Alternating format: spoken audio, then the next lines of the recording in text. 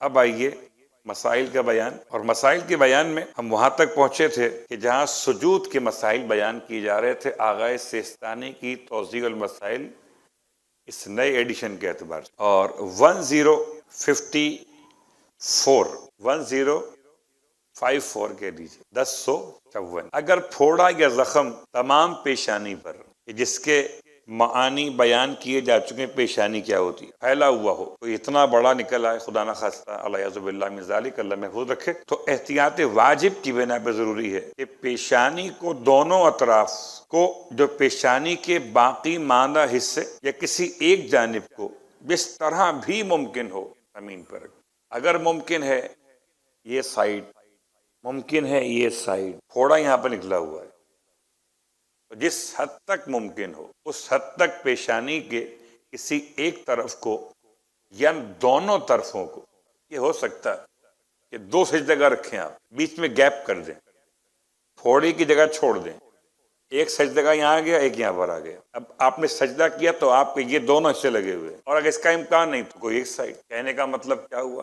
نماز نہیں چھوڑنا۔ پیغام کا مطلب یہ ہوا کہ جب پیشانی سجدے گاہ پہ رکھیں تو شکر ادا کریں کہ پھوڑا نہیں ہے، ورنہ کیا ہوتا اگر یہاں پھوڑا نکل آتا؟ ہم سجدہ کرنے میں تکلیف محسوس کرتے ہیں، یہ اطمینان کی حالت ہے کہ آپ حالت صحت میں سجدہ کر رہے ہیں۔ اور اگر یہ نہ کر سکتا ہو، یعنی پورا ایریا کور ہو گیا، یہاں پورا یہ حصہ پیشانی کا انسان کا یہاں پھوڑ نکلا ہوا، یہ ممکن نہیں ہے رکھنا، تو ضروری ہے کہ اپنے چہرے کے کچھ حصے سے سجدہ کر لے۔ اللہ اکبر۔ اب اتنا جلدی مسئلے کے حوالے سے اپنے آپ کو پیچھے لے جاتے ہیں کہ بھئی نہیں ممکن نہیں ہے۔ اسٹیپ بائی اسٹیپ، ایک کے بعد ایک قدم ہے، کیا ممکن ہے؟ ایسا نہیں کہ ایک دم آپ کہیں میں سجدہ ہی نہیں کرتا، اشارہ کر لیتا ہوں چہرہ، اور اگر چہرے سے بھی سجدہ کرنا ممکن نہ ہو، یا کہتے ہیں کہ احتیاط لازم یہ ہے کہ اگر تھوڑی سے سجدہ کر سکتا ہو، یہاں زخم ہے پیشانی پر، نکلا ہوا ہے پھوڑا، نہ یہ لگا سکتا ہے، نہ یہ نہ یہ نہ یہ، مگر سجدہ اشارے والا سجدہ اس میں نہیں چلے گا، ورنہ یہ مسئلہ آگا اتنا بیان ہی نہ کرتے۔ سوچئے ہم اور آپ تو ایک سجدہ کرنے کے لیے اس نے سارے مسائل پر دقت کی ہے، اتنی محنت کی ہوگی۔ کہاں تک پہنچی بات پہنچی تھوڑی سے سجدہ کرے، اور اگر نہ کر سکتا ہو تو پیشانی کے دونوں اطراف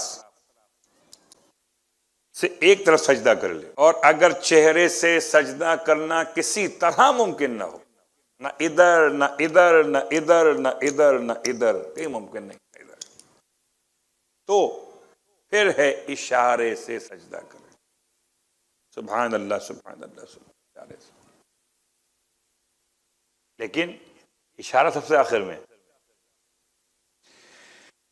اگلا مسئلہ 1055 1055، جو شخص بیٹھ سکتا ہو، اب یہ کرسی کا مسئلہ آ گیا، کرسی استعمال کرنے والوں کے لیے خاص طور سے، جو شخص بیٹھ سکتا ہو لیکن پیشانی زمین پر نہ رکھ سکتا ہو، بیٹھ تو سکتا ہے زمین پر، اور اگر اتنا جھک سکتا ہو کہ جسے عرفاً سجدہ کرنا کہا جا سکے، تو ضروری ہے کہ اتنا جھکے، کتنا جھک سکتا ہے اتنا جھکے، اور سجدگاہ یا کسی دوسری چیز کو جس پر سجدہ صحیح ہو کسی بلند چیز پر رکھ لے۔ آج کل ایسے اسٹینڈ آتے ہیں سجدگاہ رکھنے کے لیے مخصوص بنے ہوئے، ورنہ گھر میں کتابیں تو ہوں گی، 4 بکس رکھیں اس پہ رکھیں سجدگاہ، اس میں آسانی، یا ایسا کوئی اسٹینڈ کہ جس میں گنجائش ہو اس کو اوپر اور نیچے کرنے کی، کم زیادہ کر سکیں،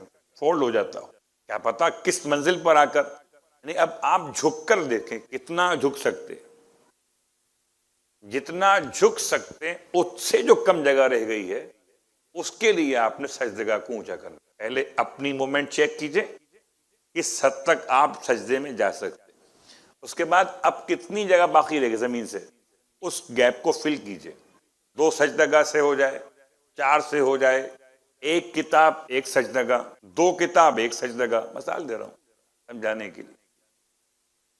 دقت ہے، رخصت نہیں ہے کہ بس چھوڑو اللہ والی کے، اللہ سب قبول کرتا ہے. پھر کہتے کہ سجدگاہ یا کسی دوسری چیز کو جس میں سجدہ کرنا صحیح ہو کسی بلند چیز پہ رکھے اور اپنی پیشانی اس پر رکھے. لیکن ضروری ہے کہ اگر ممکن ہو تو ہتھیلیوں اور گھٹنوں اور پاؤں کے انگوٹھوں کو معمول کے مطابق رکھے. مسئلہ پیشانی کا تھا، مسئلہ نیک پرابلم تھی، گردن کی اس ہڈی میں تکلیف تھی تو یہ جھک نہیں پا رہی، اس کا علاج بتا دیا. باقی جو اعضاء 6 رہ گئے، دونوں ہاتھوں کی ہتھیلیاں، دونوں گھٹنے اور دونوں پیروں کے انگوٹھے، اس کو تو نارمل زمین پر لگائیں جب تک اس بات کے لیے آپ کے پاس امکان رہے. اگلا مسئلہ، مذکورہ فرض میں اگر کوئی ایسی بلند چیز نہ ہو سکتا ہے آپ کے یہاں کچھ ہے ہی نہیں. کچھ لوگ بڑی جلدی سے ہار مان جاتے ہیں، کچھ نہیں ہے مولوی صاحب، کیا کروں، اشارہ کر لیتا ہوں. کہتے ہیں اگر کوئی چیز نہ ہو جس پر نماز پڑھنے والا سجدگاہ یا کوئی اور دوسری چیز جس پر سجدہ صحیح ہو رکھ سکے، کوئی ڈبہ، کوئی کتاب، کوئی چیز، کچھ نہیں ہے، تو کہتے ہیں کوئی شخص ہو جو سجدگاہ ہاتھ میں لے کر اونچا کر دے. گھر کے افراد میں، دوستوں میں، احباب میں کوئی ہو، اتنا آپ جھک سکتے ہیں وہ اتنا آپ جھکے. پھر اس نے سجدگاہ اٹھا کے اپنے ہاتھ پہ رکھی اور آپ نے اس کے ہاتھ پہ رکھی ہوئی سجدگاہ پہ سجدہ کر لی. کہتے ہیں اگر ایسا کوئی شخص بھی موجود نہ ہو جو سجدگاہ کو اٹھائے اور پکڑے تاکہ وہ شخص اس میں سجدہ کرے، تو پھر ضروری ہے، اب ضروری کیا ہے کہ سجدگاہ یا دوسری چیز کو جس پہ سجدہ کر رہا ہو ہاتھ سے اٹھائے اور اس پر سجدہ کرے. ابھی بھی اشارہ نہیں شروع ہوا، سجدہ ہی ہو رہا ہے. مثلا کچھ بھی نہیں ہے تو پھر یہ 6 جو اعضائے بدن ہیں ان میں سے ایک ہاتھ کو اٹھا لے اور اپنے ہی ہاتھ کو اٹھا کے سجدہ کر لے. اس حد تک جھک سکتا تھا، جھکا. اس کے بعد سجدہ کا بلند کرنے کے لیے ABCDE کچھ بھی نہیں تھا، تو آخر میں ایس کیا بچا؟ اپنا ہاتھ. اب آئیے، اتنا حساس مسئلہ ہے، ہم بڑی آسانی سے کرسی پکڑ لیتے، بڑی آسانی سے اشارے کے سجدے میں چلے جاتے ہیں. تو یہ ہماری اور آپ کی غلطیاں ہیں. ہمیں نماز کو سنجیدہ لینا چاہیے، نہ کہ نماز کو چلتے پھرتے بس ٹھیک ہے ہو گیا، اللہ قبول کرنے والا. ایک بیچارہ اللہ جو ہے نا کام ہی صرف یہی ہے، قبول کرتا ہے. آپ آرڈر کرتے ہیں قبول کرتا ہے. اللہ کون ہوا پھر؟ صلوات پڑھیں محمد والے، وہ قبول کرتا ہے. یعنی ہم الٹا سیدھا جو بھی کر لیں قبول کرے گا. اب آئیے اگلا مسئلہ 1057. اگر کوئی شخص بالکل ہی سجدہ نہ کر سکتا ہو، بالکل ہی سجدہ نہ کر سکتا ہو، اور جتنا جھک سکتا ہو اس جھکنے کو سجدہ نہ کہا جائے. جتنا جھک سکتا ہے اس کے اتنا جھکنے کو سجدہ نہ کہا جائے. یہ سجدہ کہاں ہے؟ اتنا جھکنا سجدہ نہیں کہا جاتا. تو ضروری ہے کہ سجدے کے لیے سر سے اشارہ کرے. سبحان اللہ، یہ سر، خالی سر، یہ سجدہ ہے، اشارہ کرنا. اگر اتنا نہیں جھک سکتا کہ جس جھکنے کو سجدہ کہا جائے تو سر کا اشارہ، سر کا اشارہ. کیا شخصیت کی بات ہے. انسان اگر واقعا عبادت میں سنجیدہ ہو تو سب چیزیں مل جاتی، اور اگر بھاگنا چاہے تو قبلہ بہانے بہت ہوتے. سجدے کے لیے سر سے اشارہ کرے، اور اگر ایسا نہ کر سکے، یعنی سر بھی نہیں ہلتا اس میں، یہ بھی نہیں ہلتا، تو آنکھوں سے اشارہ کرے. آنکھیں، پلکیں ڈاؤن کی، ذکر سجدہ پڑھا، پھر پلکیں اپ کر لی، تو سمجھے آپ اٹھ گئے. ہم تو سوچ رہے ہیں کہیں چھٹی مل جائے نماز کی، چھٹی نہیں مل رہی. آنکھوں تک بات چلی گئی، چھٹی نہیں مل رہی. اور اگر ایسا نہ کر سکے ضروری ہے کہ آنکھوں سے اشارہ کرے، اور اگر آنکھوں سے بھی اشارہ نہ کر سکے تو ضروری ہے کہ دل میں سجدے کی نیت کرے. اللہ اور جب دل میں سجدے کی نیت کرے گا تو احتیاط لازم کی بنا پہ ضروری ہے کہ ہاتھ سے سجدے کے لیے اشارہ بھی کرے. ایک ہاتھ سے یہ کام نہیں کرتا، یہ کام نہیں کرتا، یہ کام کرتا ہے، تو دل میں سجدے کی کیفیت پیدا کرے، دل سے سجدہ کرے، اور احتیاط لازم ہے کہ ہاتھ سے اشارہ بھی کرے، اور واجب ذکر پڑھے. وہ تو پڑھ سکتا ہے، مسئلہ صرف سر جھکانے کا تھا. ہاں بھائی، یہ اگلا مسئلہ، اگر کسی شخص کی پیشانی بے اختیار سجدے کی جگہ سے اٹھ جائے تو ضروری ہے کہ حتی الامکان اسے دوبارہ سجدے کی جگہ پر نہ جانے دے. کبھی کبھی اسپیڈ سے ایک کے بجائے ڈبل کلک ہو جاتا ہے نا. آپ اتنی اسپیڈ سے سجدے میں گئے کہ ٹکرا کے پیشانی واپس اوپر آئی. اگر کسی شخص کی پیشانی بے اختیار سجدے سے جگہ سے اٹھنے کے بعد سجدے کی جگہ سے اٹھ جائے تو ضروری ہے کہ حتی الامکان اسے دوبارہ سجدے کی جگہ پر نہ جانے دے، قطع نظر اس کے کہ اس نے سجدے کا ذکر پڑھا ہو نہ پڑھا ہو. ایک سجدہ شمار ہو جائے گا. اور اگر سر کو نہ روک سکے،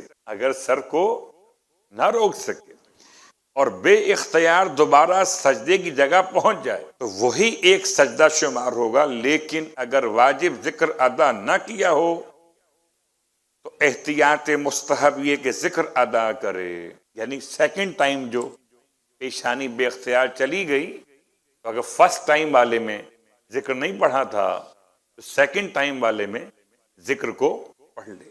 لیکن ضروری ہے کہ اسے قربت مطلقہ کی نیت سے کہے ذکر کو، اللہ کی قربت کے لیے، نہ کہ واجب سجدے کے ذکر کے طور پر، اور اس کے جزو نماز ہونے کا قصد بھی نہ کرے.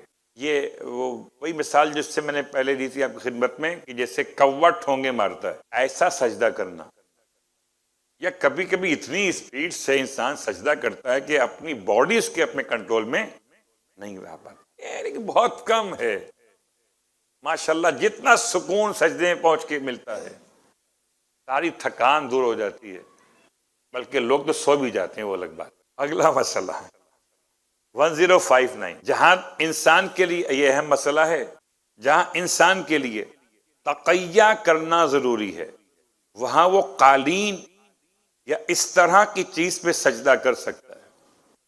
جہاں تقیہ کرنا، اپنے آپ کو پوشیدہ کرنا، اپنے مسلک کو چھپانا ضروری اگر ہو تو انسان کے لیے قالین پر سجدہ کرنے کی اجازت. وہ قالین پر یا اسی طرح کی کوئی چیز، فرش پر، کارپیٹ پر سجدہ کر سکتا ہے.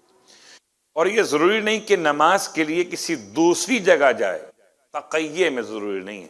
یا نماز کو اتنا لیٹ کرے کہ اسی جگہ پر تقیہ کا سبب ختم ہونے کے بعد نماز پڑھے، یہ بھی ضروری نہیں ہے.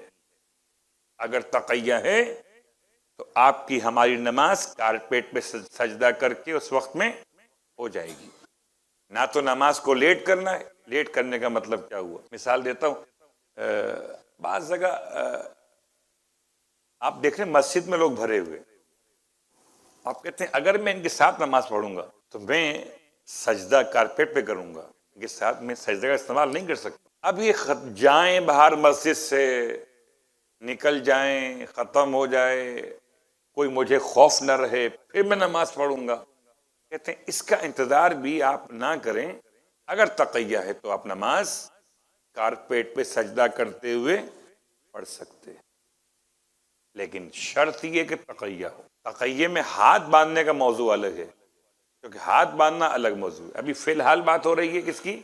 سجدے کی. جیسا جیسا تقیہ کے حالات کا تقاضا ویسے ویسے آپ کے مسائل تبدیل ہوتے. لیکن اگر اسی مقام پر، مطلب اسی ہال کے اندر آپ کے پاس ایک چوائس ہو، چٹائی یا کسی دوسری چیز جس پہ سجدہ کرنا صحیح ہو، اور اگر وہ اس طرح سجدہ کرے کہ تقیہ کی مخالفت نہ ہوتی ہو تو ضروری ہے کہ پھر قالین پر سجدہ نہ کرے. مثلاً صفیں بڑھتے بڑھتے قالین سے جا پہنچی چٹائی تک، چٹائی کا مطلب وہ جو بنتی ہے تنکوں سے، اس کی بات ہو رہی، وہاں تو سبھی پہنچ گئے. اب آپ اگر وہاں نماز پڑھ لیتے ہیں تو تقیہ کی مخالفت نہیں ہوتی، اور آپ سجدہ کہاں کر رہے ہوں گے؟ چٹائی کے اوپر. پھر آپ قالین پہ آنے کی کوشش نہ کریں، اس لیے کہ آپ کی نماز صرف تقیہ کی حالت میں آپ سے کہا گیا تھا، لیکن اگر تقیہ میں رہتے ہوئے آپ وہاں کر سکتے ہیں تو یہاں مت کریں. بات واضح ہوئی. اور آخری مسئلہ آج کی حد تک، بلکہ 2 رہ گئے، ختم کر دیں اس کو، چیپٹر کو. اگر کوئی شخص پرندوں کے پروں سے بھرے گدے یا اسی قسم کی کسی دوسری چیز پر سجدہ کرے، اس میں اسپرنگس استعمال ہوتے ہیں مثلا، جس پر جسم سکون کی حالت میں نہ رہے، تو اس کی نماز باطل ہے. ہم نے سنا بچپن میں کہ اگر پلنگ پہ سجدہ نماز پڑھو گے بندر بن جاؤ گے. پتہ نہیں یہ محاورہ کہاں سے آیا تھا، آج تک روٹ تلاش کر رہا ہوں اس کا، نہیں ملا. یہ شاید اماں ابا نے ڈرانے کے لیے کہا ہوگا کہ بندر بننے سے بچنے کے لیے. اور ہندوستان میں تو آپ کو معلوم ہے کہ بندروں کا ایک عروج رہا ایک زمانے میں، اب بھی کافی ہیں. شاید بچوں کو ڈرانے، بچے ڈرتے تھے بندر سے نا. نماز پڑھنی ہے تو پلنگ مت پڑھنا، کہاں پڑھو؟ نیچے پڑھو، زمین کے اوپر. اصل مسئلہ کیا ہے؟ اصل مسئلہ ہے ایسے مقام پہ سجدہ کرنا کہ جہاں پر سکون کی حالت میں مل سکتی ہو. آپ نے رکھی پیشانی، وہ چلی گئی. اب ایسے ہی مسئلہ آتا ہے، وہ جو سجدگاہ آتی ہے مہر امین کے نام سے، اس میں لگے ہیں اسپرنگس. جب آپ پیشانی رکھتے ہیں تو وہ اسپرنگ دبتا ہے اور آپ کا سجدہ نمبر اور رکعت نمبر سامنے آ جاتا ہے، ڈسپلے پہ آ جاتا ہے. تو کیا اس پہ نماز پڑھ سکتے ہیں؟ جواب جی پڑھ سکتے ہیں، اس لیے کہ اس پر ایک دفعہ پیشانی رکھنے کے بعد اب سکون میں آ جائے، اب یہ ہل نہیں رہا. جبکہ پروں سے بھرا ہوا، پرندوں کے پر بھر دیے جائیں گدے میں، اس طرح کا گدا جو ہے وہ جیسے ہی آپ سجدہ کریں گے، ایک پر سائیڈ میں ہو گیا، ایک ادھر ہو گیا تو اور ہی چلے گیا. کوئی بھی ایسا گدا جس پر یہ پرابلمز ہو، اس پر سجدہ نہیں کر سکتے. اگر انسان کیچڑ والی زمین پہ نماز پڑھنے مجبور ہو اور بدن اور لباس کا آلودہ ہو جانا اس کے لیے مشقت کا موجب نہ ہو، تو ضروری ہے کہ سجدہ اور تشہد معمول کے مطابق بجا لائے. اور اگر ایسا کرنا مشقت کا باعث ہو تو قیام کی حالت میں سجدے کے لیے سر سے اشارہ کرے اور تشہد کھڑے ہو کر پڑھے تو اس کی نماز صحیح. پہلی رکعت میں، اور مثلا نماز ظہر، نماز عصر، نماز عشاء کی تیسری رکعت میں جس میں تشہد نہیں ہے، احتیاط واجب یہ ہے کہ انسان دوسرے سجدے کے بعد تھوڑی دیر کے لیے سکون سے بیٹھے اور پھر کھڑا ہو. اس کا نام ہے جلسہ استراحت. یہ واجبات میں شامل ہے. سجدے سے سیدھا قیام میں جانے کی اجازت نہیں ہے.